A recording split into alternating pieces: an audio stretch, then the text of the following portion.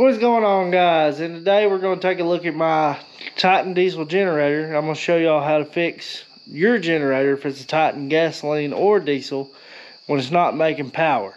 I'll show you the most common problem for these types of generators with the brushless armature. So I'm going to go ahead and pull this back cover off. Looks like the screws has already been loose. Let's see what I can figure out in here.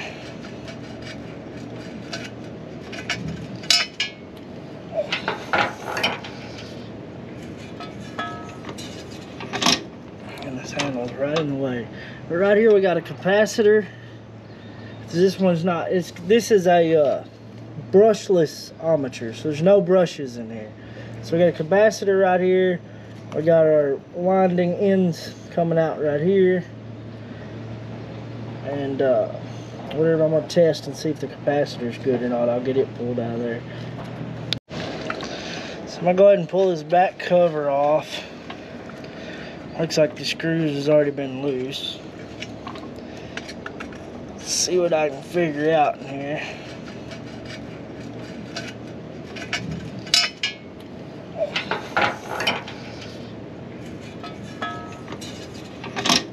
And this handle's right in the way. But right here we got a capacitor. This one's not, this is a brushless armature, so there's no brushes in here. So we got a capacitor right here. We got our winding ends coming out right here. Two more screws. And it'll be plugged in right here with this plug-in. Okay, what this is the capacitor. And you see this one's got a bulge in it right there. It's got stuff squirted out. This ain't an automatic voltage regulator. This is a capacitor for this brushless armature. Now one with brushes, they'll be right there. This one don't have brushes in there. So it's brushless. So what I did to fix it is I cut the plug off right here. Now you could probably order this capacitor. And I got one for out of a washing machine, just a regular electric motor for a washing machine, 1 horsepower, half horsepower, whatever. And I took it and I clamped it right here. You can see it's a round one, just 2 prongs on top. I don't know what the specifications are. I just know that was out of a regular washing machine. Clamped it on there and run the wires down, taped them up and plugged them in, and now the thing works dang good, just like it did before. And I'm pretty sure this is what's happened to most of them. Those square plasticky capacitors just have a problem. I've seen a lot of them where, even in air conditioners, where they melt and squirt something out. The metal ones seem to hold up a lot better. I don't know what the difference is. I don't know what's inside of them. I don't have a clue about capacitors. I know it holds a charge, because without it, it only put out like 6 to 12 volts. With it, it puts out the full 220 or whatever voltage.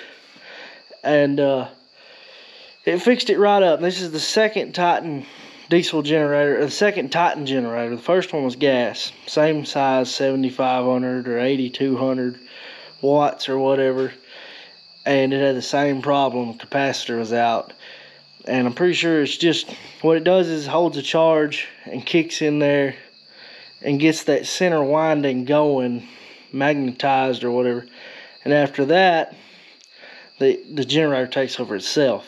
Now don't hold me to that. I'm not a professional at this. I just know that's what the problem was. I changed it and it works good now. Now it might burn it up. I don't know. I know the old school generators have little bitty capacitors that just give it a kick start, and once it's going, which they had brushes.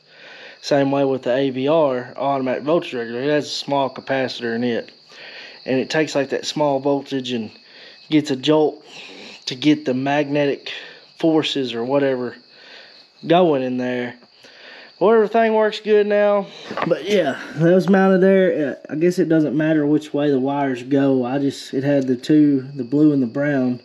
I just taped them with a extension cord, ran it out, and clamped my metal one up there.